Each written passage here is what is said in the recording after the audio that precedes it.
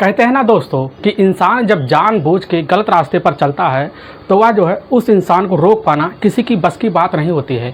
लेकिन वह ज़बरदस्ती जब उस रास्ते पे चलने की कोशिश करता है तो वह एक दिन चल के इतनी बुरी अवस्था में फंस जाता है जिसकी वजह से उसको निकलना भी इस अवस्था से काफ़ी मुश्किल सा हो जाता है और इसी वजह से वह एक दिन काफ़ी अपने परिवार को भी खो बैठता है। आज के घटना में सेम ऐसा ही हुआ जिसकी वजह से एक इंसान अपनी जीगी जागती औरत को इस दुनिया से इस तरह जो है हटाने का पूरा प्लान बना लिया जिसकी वजह से वह सफल भी हो गया। और जब लोगों के सामने इसके बारे में सच्चाई आई कि आखिर ऐसा क्यों किया या क्या था तो लोग सुनने के बाद इस घटना को काफ़ी हैरान हो गए और परेशान भी हो गए कि आखिर ऐसे दुनिया में लोग ऐसे लोग होते हैं क्या। दोस्तों आखिर क्या हुआ इस घटना में, इस घटना की आप पूरी सच्चाई जानने के लिए इस वीडियो को आप लास्ट तक जरूर देखिएगा। नमस्कार दोस्तों, मैं प्रदीप कुमार आपको इस टेढ़ी बात चैनल पर मैं स्वागत करता हूं। दोस्तों आज की यह जो सच्ची घटना है यह घटना है छत्तीसगढ़ प्रदेश और छत्तीसगढ़ प्रदेश का एक वहां पर एक जाना माना शहर भी पड़ता है कोरबा शहर और ठीक उसी के पास एक थाना पड़ता है बोंगो थाना और उसी के पास एक इलाका भी पड़ता है सालिया भाटा। बात मैं कर रहा हूँ सालिया भाटा का ही। वहाँ पर 19 नवंबर 2019 को सालिया भाटा के पास ही एक बुड़बुड़ नाला पड़ता है। उसी नाले के पास गांव का वह जो सालिया भाटा होता है उसी गांव का एक किसान होता है बैजू। वह सुबह अपना जो है वहाँ पर कुछ जानवर चलाने के लिए ले गए थे और उसी बीच उनको उसी नाले के पास एक व्यक्ति की हाथ दिखाई देती है और जैसे ही उनकी नज़र उस तरफ हाथ की तरफ पहुँचता है तो वह बैजू तुरंत ही देखकर काफ़ी आश्चर्यचकित हो जाते हैं और जैसे ही वह आगे बढ़ते हैं तो वह देखकर एकदम सा दंग हो जाते हैं और तुरंत ज़ोर से वहाँ पर चिल्लाना भी शुरू कर देते हैं। जिसके बाद वहाँ पर लोग और चरवाहे जो होते हैं सब इकट्ठा हो जाते हैं। अब इकट्ठा होने के बाद काफ़ी लोग इकट्ठा हो जाते हैं जिसकी वजह से उन्हें महसूस होता है कि ज़रूर या किसी इंसान का यह बॉडी दफन हुआ है। इसकी वजह से वहाँ के लोग भी तुरंत ही गाँव की तरफ भागते हैं और वहाँ के जो कोटेदार होते हैं उनको बुला लेते हैं। उनको बुलाने के बाद जब उनको दिखाया जाता है तो उनको फिर विश्वास हो जाता है तो उसी समय ना कुछ सोचे ना कुछ समझे वह तुरंत ही बिना जांच पड़ताल किए वहाँ के लोग जो होते हैं उसी समय बोंगो थाने में खबर दे देते हैं। अब जो बोंगो थाने की जो टीम होती है वह उसी समय बुड़बुड़ के नाले पर पहुँच जाती है। पहुँचने के बाद जब पुलिस उस बॉडी को देखने लगती है तो पता लगता है वह बॉडी आधा दबा हुआ है और आधा जो है अंदर है। और जब पुलिस उसकी बॉडी की खुदाई करती है तो वहाँ पर एक औरत की डेड बॉडी निकलती है और वह डेड बॉडी जो होती है पूरा तरह से निवस्त अवस्था में होता है। इसकी वजह से पुलिस जो है उसको अपने कब्जे में लेती है और उसकी भी जाँच पड़ताल पूरी तरह से करती है। तो पता चलता है कि इस औरत के जो है पूरी तरह से बॉडी को पूरी तरह से टार्चर कर दिया गया है और इसको ऐसे लग रहा है किसी ने अपनी जान या दुश्मनी निकाली है। लेकिन पुलिस को पूरा तरह से विश्वास हो गया था कि यह डेड बॉडी जो है यह औरत की है जो कि पूरी तरह से अब गल भी चुकी थी। इसकी वजह से जो पुलिस होती है उसी एरिया में छानबीन भी करना शुरू कर देती है। तभी पता चलता है यहाँ पर एक औरत की मतलब उसी साइड में एक औरत की साड़ी पड़ी हुई थी और वहाँ पर कुछ कंगन रखे गए थे जिसको पुलिस को पूरा विश्वास हो गया था कि यह बॉडी जो है यह औरत की है। इसीलिए पुलिस जो होती है उसी समय इस बॉडी को जाँच पड़ताल करके वहाँ के तुरंत ही नज़दीकी सरकारी अस्पताल में पोस्टमार्टम के लिए भेज देती है। पुलिस थाने के जो सब इंस्पेक्टर होते हैं TTI पटेल वह इस केस को काफ़ी जो है बारीकी से भी जांच करना शुरू कर देते हैं। सबसे पहले वह इस बॉडी का उन्होंने फ़ोटो खींच के रखा था और इस फ़ोटो को वहाँ के अन्य वगैरह थानों भी पोस्ट कर देते हैं और वहाँ के इलाकों में पोस्ट कर देते हैं जिसकी वजह से इस डेड बॉडी का शिनाख्त जल्द से जल्द हो जाए। और वहाँ के जो लोग होते हैं क्योंकि इस डेड बॉडी को वहाँ पहचानने से भी इनकार कर चुके थे, इसकी वजह से पुलिस जो होती है इस डेड बॉडी को पहचान करने के लिए उनके सामने काफ़ी चैलेंज सा मामला बन गया था। क्योंकि जो IT पटेल थे वह काफ़ी इस बात से चिंतित थे कि आखिर इस डेड बॉडी का शिनाख्त कैसे किया जाए। इसकी वजह से उन्होंने जल्द से जल्द इस डेड बॉडी का शिनाख्त करने के लिए वहाँ के न्यूज़पेपरों में भी इसका जो है पोस्टर छपवा देते हैं जिसकी वजह से इसकी पोस्टर जो है अन्य वगैरह के शहरों में भी चिपकवा देते हैं। अब इसी वजह से लगभग 2 दिन बीतने के बाद 21 नवंबर 2019 का सुबह का टाइम होता है। उसी बीच एक महिला आती है और वह महिला तुरंत ही पुलिस के सामने खड़ी हो जाती है। वह कहने लगती है कि साहब यह डेड बॉडी जो मिली है आपको यह हमें लगता है यह हमारी जो है सहेली की है और हमारा नाम है धनश्री। और जो है उसके सामने जो पुलिस होती है उसी समय धनश्री से पूछने लग जाती है कि तुम्हें यह कैसे लगने लगता है कि यह तुम्हारी ही सहेली है। तो उसी समय वह कहने लगती है कि साहब हमने इसको लास्ट बार 15 नवंबर 2019 को अपने ही साथ उस समय ले जाकर मार्केट में कर रहे थे और उसके साथ आखिरी बार हमारी मुलाकात भी हुई थी। साहब हमें पूरा विश्वास है कि हमारी सहेली शीला कन्वर है, जो अपने पति के साथ इसी के ही कोरबा के ही शहर में या कटघोरा के इलाके में एक कमरे किराए के लेकर मकान में उसी में रहती है। और इसके पति का नाम होता है दिनेश कन्वर, जिसकी उम्र होती है 30 साल और शीला की उम्र है लगभग 29 साल। और यह दोनों जो होते हैं यह एक प्रेम विवाह करके उसी के इलाके में रह रहे होते हैं। और यह हमारे साथ इनका जो है शीला का काफ़ी उठना बैठना ज़्यादा रहता है। इसी तरह से हमें पूरा विश्वास है कि यह कोई और नहीं है, यह शीला होती है। और पुलिस उसी समय शीला के जो सबूत मिले थे वहाँ पर डेड बॉडी के साथ उसके कपड़े और उसके कुछ कंगन और उसके जो है एक दाएं हाथ में ओम लिखा हुआ था। पुलिस उस फोटो को भी उसी समय अब धनश्री को दिखाती है, जिसकी वजह से जब उस समय अब जो होती है धनश्री देखकर उसके आंखों में आंसू भर आते हैं। पुलिस तुरंत ही समझ जाती है कि यह इसी की सहेली शीला कन्वर है। पुलिस उसी समय अब धनश्री के ही बातों में आकर पुलिस जो होती है अब इस केस की पूरी तरह से छानबीन भी करना शुरू कर देती है। इसकी वजह से पुलिस जो होती है अब धनश्री के ही तहरीर पर वह हत्या का मुकदमा भी दर्ज कर लेती है। इसकी वजह से पुलिस जो होती है अब इस घटना को पूरी बारीकी से भी जांच करना शुरू कर देती है। पुलिस जो वहाँ की होती है वह पुलिस उसी समय इस घटना को इतनी संज्ञान से लेती है कि वहाँ के ज़िले में इस चीज़ की खबर भी पहुँच जाती है, जिसके बाद ज़िले के जो एसपी होते हैं वह भी इस घटना को पूरी संज्ञान से लेने के बाद इस घटना को काफ़ी तेज़ी से जांच करने के लिए 2 टीमों का गठन भी कर देते हैं। जिसकी वजह से IT पटेल जो होते हैं जब इस घटना के बारे में इनको पूरी जानकारी लगती है तो सबसे पहले धनश्री से दिनेश कन्वर का मोबाइल नंबर लेती है। उसके मोबाइल नंबर लेने के बाद उसके मोबाइल नंबर पर कार मिलाती है।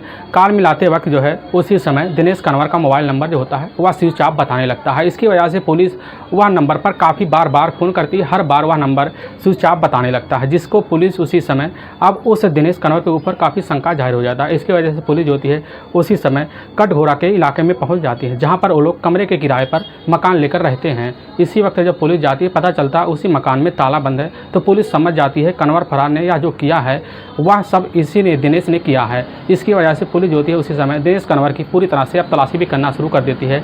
और वहाँ पुलिस जो होती है सबसे पहले क्राइम ब्रांच लगाती है, जिसकी वजह से दिनेश को जल्द से जल्द अपने कस्टडी में लिया जाए। अब इसकी वजह से पुलिस जो है जल्द से जल्द कस्टडी में लेने के लिए वह जो है कई इलाकों में कुछ मुखबिर बिछा रखे थे, जिसकी वजह से पुलिस इन्हीं मुखबिरी को जरिए वह दिनेश के ऊपर काफ़ी दबाव भी मानना शुरू कर देती है, जिसकी वजह से दिनेश जल्द से जल्द पकड़ा जाए। उसका मोबाइल जो होता है उसी समय वह कई इलाकों में वह सर्विलांस के जरिए पता लगता है कि उसका मोबाइल कई जगह पर ट्रेवल कर रहा है। इसकी वजह से पुलिस पूरी शंका खाने भी लग जाती है कि यह जो किया है सब कांड दिनेश ने किया। तभी मुखबिर के द्वारा यह पता चलता है कि 23 नवंबर 2019 को सुबह वहाँ के ही कोरबा थाने की चोटिया के इलाके में उसी समय दिनेश कन्वर को किसी ने देखा। इसकी वजह से पुलिस जो होती है उसी समय जाकर दिनेश कन्वर को अपने जो है कस्टडी में लेती है। उसको कस्टडी में ले आने के बाद वह जो है के बाद उसको बोंगो थाने में ले आती है। वहाँ ले आती तो पुलिस जो होती है सबसे पहले उसके साथ ऐसी बदसलूकी के साथ पेश आती है, जिसकी वजह से वह उसी समय दिनेश कन्वर जो होता है वह काफ़ी हैरान हो जाता है। और जब पुलिस उससे काफ़ी बार सवाल पूछने लगती है तो दिनेश कन्वर जो होता है वह अलग अलग जवाब भी देने लगता है। पुलिस जो है उसके ऊपर काफ़ी शंका जाहिर करती है। इसकी वजह से पुलिस जो होती है अब उसी समय वह जो है दिनेश के साथ काफ़ी जो है टार्चर भी करना उसको शुरू भी कर देती है, जिसकी वजह से दिनेश जो होता है पुलिस के सामने जल्द से जल्द टूट जाता है और वह अपना गुनाह जो होता है उसी समय कबूल भी कर लेता है। और पुलिस के सामने वह आखिर जो सच्चाई उसने रखी, इससे सुनने के बाद पुलिस जो है वह काफ़ी हैरान भी हो जाती है। वह बताने भी लग जाता है दिनेश कन्वर कि आज से 5 साल पहले वह जो है इसी के इलाके में रहकर रमेश कुशवाहा जो होता है, रमेश कुशवाहा के साथ हमारी जो पत्नी जो होती है उसकी हमारे साथ वह दूसरी शादी है। वह अपने पति के साथ कुशवाहा के साथ काफ़ी अच्छे से माहौल में उसी के इलाके में रहती थी और उसके उसी समय 2 बच्चे भी होते हैं। लेकिन अब जो होती है यह शीला कन्वर जो होती है उसी समय अपने पति के साथ वह काफ़ी खुश नहीं थी, क्योंकि उसके पति जो होते थे उनके पास काफ़ी पैसे तो होते थे, लेकिन वह जो है वह उस समय अब जो होते हैं कुशवाहा वह शीला को शारीरिक सुख नहीं दे पाते थे, वह सिर्फ अपने काम पे ध्यान देते थे। इसकी वजह से शीला जो होती है उस समय शारीरिक सुख ना पाने की वजह से वह काफ़ी उदास थी, बैठी रहती थी। और वह जो होता है दिनेश कन्वर जो होता है वह कोरबा के ही शहर के इलाके में वह जो है कोयला एक कंपनी है, कोयला गोदाम है, उसी गोदाम में जाकर वह ट्रक ड्राइवर का काम उस समय कर रहा होता है। अब इसी बीच ट्रक ड्राइवर का काम करते वक्त वह उस कटघरा से तुरंत ही वह बिलासपुर की तरफ वह अपनी आने जाने का रोज़ उसी समय ट्रक को ले जाता था, वहाँ पर अपना सप्लाई भी पूरी कर देता था। इसी वक्त अब जो होता है दिनेश की मुलाकात उस समय कुशवाहा से हो जाती है, जिसकी वजह से दिनेश उस कुशवाहा से आके दोस्ती भी कर लेता है, क्योंकि वह उसी कोयला के ही खानदान में वह उस समय कुशवाहा भी जाता था काम करने के लिए, जिसकी वजह से मुलाकात इन दोनों की काफ़ी अच्छी हो गई। इसकी वजह से दिनेश कन्वर उस समय वह कुशवाहा के घर काफ़ी आना उसका लगा रहता था। इसी बीच उसकी पत्नी जो होती है शीला कन्वर से भी उसी समय उसकी मुलाकात हो जाती है। अब दिनेश कन्वर जब शीला को देखता है तो उसकी खूबसूरती देखकर वह इतनी आकर्षित हो जाता है कि उसकी नज़रों को भांप भी नहीं पाता कि आखिर यह है कौन। इसकी वजह से अब जो होता है दिनेश कन्वर उसके ख्वाबों में आए दिन वह खोए रहता था। धीरे धीरे उससे अपनी मन की बात उसके सामने रख दिया, जिसकी वजह से वह शीला जो होती है वह अपनी ज़रूरी इच्छा पूरा करने के लिए वह दिनेश के साथ भी वह प्रेम प्रसंग भी जारी कर लेती। इसी प्रेम प्रसंग का सिलसिला जो होता है वह आए दिन इन दोनों का एक दिन चल के प्रेम संबंध भी बदल गया, क्योंकि वह जो होता है कुशवाहा वह कभी घर पर रहता ही नहीं था और कभी तो आता था, कभी वह अपने काम पर इतना ज़्यादा व्यस्त रहता था कि उसको जो है शीला के बारे में ख्याल नहीं रहता था। इसकी वजह से इस चीज़ का फ़ायदा उस समय दिनेश उठा लेता था। जब मौका मिलता तो उसी के घर में जाकर वह शीला कन्वर के साथ उसी के घर में जाकर दिनेश और कन्वर दोनों मिलकर संबंध बनाते थे। इसकी वजह से इनका सिलसिला आए दिन ऐसे चलता रहता है। लेकिन कुछ दिन ऐसे बीतने के बाद इन दोनों ने एक दिन भागने का भी फैसला ले लिया और उसी समय वह दोनों एक साथ भागकर वह अपने दोनों बच्चों को लेकर उसी समय शीला जो होती है दोनों बच्चों के साथ और कन्वर तीनों मिलकर वह उसी समय भागकर वह कोरबा के ही घटघोरा के इलाके में आकर एक कमरा किराए पर ले लेते हैं। वहाँ पर वह रहना भी शुरू कर देते हैं।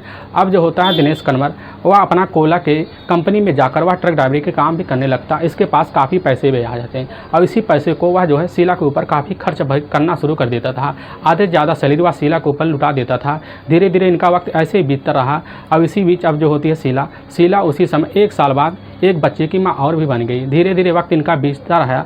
तो इसी बीच अब जो होता है दिनेश कन्वर जब कभी उस समय शीला के मोबाइल नंबर पर कॉल करता तो उसका मोबाइल नंबर काफ़ी व्यस्त बताता, लेकिन वह इस मोबाइल नंबर को व्यस्त बताने की वजह से वह कभी शंका भी नहीं खाता था।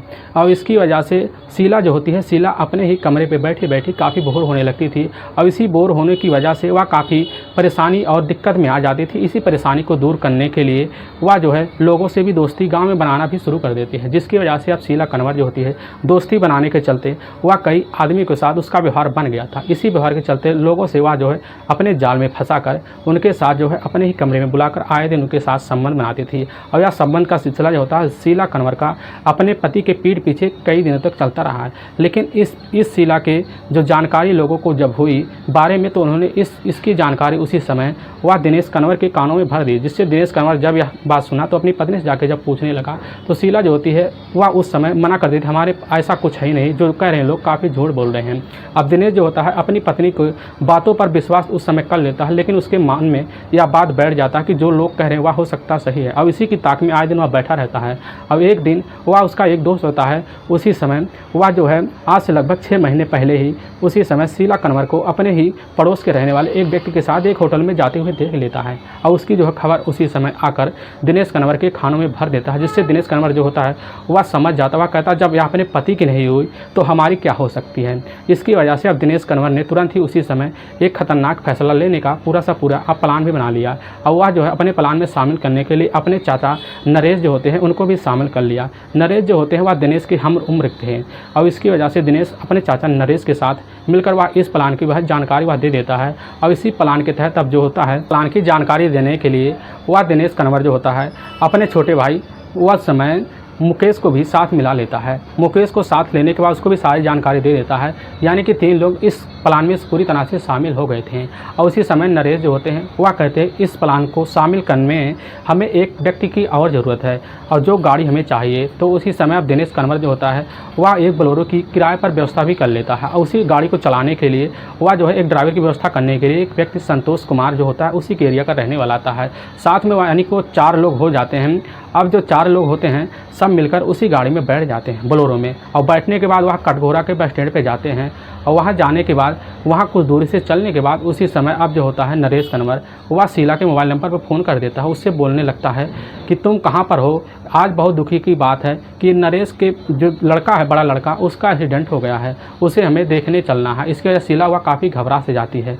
तुरंत ही उसी समय शीला जो है कहती हम यहाँ पर है, आप आ जाओ हमें लेने के लिए। और उसी समय नरेश जो है उसी समय बोलेरो में चारों बैठे होते होते हैं, जाकर उसी समय शीला को भी अपने गाड़ी में बैठा लेते हैं। बैठाने के बाद रास्ते में जैसे ही शाम का टाइम होता है और यह वक्त होता है 15 नवंबर 2019 का यह वक्त होता है जिस वक्त शीला उसी गाड़ी में बैठ जाती है। बैठने के बाद जैसे सुनसान जगह देते हैं तो लगभग रात को 7 बज गए होते हैं। 7 बजे उसी समय तीनों ने गाड़ी में मिलकर उसी समय शीला का गला दबाकर हत्या कर दी और उसके बॉडी को ठिकाने लगाने के लिए वह जो है उसी समय सालिया भाटा पहुँचते हैं। तो वहाँ पर जो होता है बुड़बुड़ नाला पड़ता है, उसी नाले के पास अपनी गाड़ी रोक देते हैं। गाड़ी रोकने के बाद उसके बॉडी को, शीला के बॉडी को उठाकर बुड़बुड़ नाले में एक ले जाकर गड्ढा खोदते हैं। गड्ढा खोदने के बाद उसके बॉडी को वहाँ पर जो है अर्धनग्न अवस्था में वहाँ पर गाड़ देते हैं। गाड़ने के बाद उसके बॉडी पर नमक भी डाल देते हैं ताकि जो इसकी बॉडी जल्द से जल्द गल सके। अब नरेश जो होता है उसी समय वह मिट्टी ढक देता है। चारों मिलकर जब मिट्टी ढक देते हैं तो तुरंत ही उसी समय वह चारों अपने अपने घर चले, तो वह समझ जाते हैं सारा काम हो गया है। अब वाकई में दोस्तों जब यह पूरी सच्चाई उसी समय पुलिस के सामने दिनेश कन्वर बता रहा होता है तो पुलिस सुनने के बाद उसी समय 2 टीम गठित करती है और गठित करने के बाद पुलिस जो होती है उसी समय उसके चाचा अब जो होते हैं नरेश होते हैं और उसके साथ उसका जो भाई होता है और उसके साथ उसका जो ड्राइवर होता है संतोष, पुलिस जो है उन्हीं तीनों को अरेस्ट करने के लिए टीम गठित कर देती है। जिनको पुलिस जो है जल्द से जल्द 48 घंटे के अंदर उनको चारों को भी पुलिस अरेस्ट कर लेती है। अरेस्ट करने के बाद उसी समय पाँचों को पुलिस जो होती है ले जाकर वहाँ कोर्ट में पेश करती है। कोर्ट में पेश करने के बाद पुलिस जो होती है उनको जल्द से जल्द जेल में भी डाल देती है। दोस्तों इस घटना का सुनाने का उद्देश्य हमें किसी को परेशान करना नहीं है, ना ही किसी को दिल को ठेस पहुँचाना है। बस आपको यह बताना है कि आप जहाँ भी रहें आप सावधान और सतर्क जरूर रहें। दोस्तों अगर आपको यह वीडियो पसंद आ रहा है तो इस वीडियो को आप ज़्यादा शेयर और सब्सक्राइब जरूर करें, जिससे हम आपके बहुत आभारी रहेंगे। फिर मिलेंगे नेक्स्ट वीडियो लेकर, तब तक के लिए जय हिंद, जय भारत।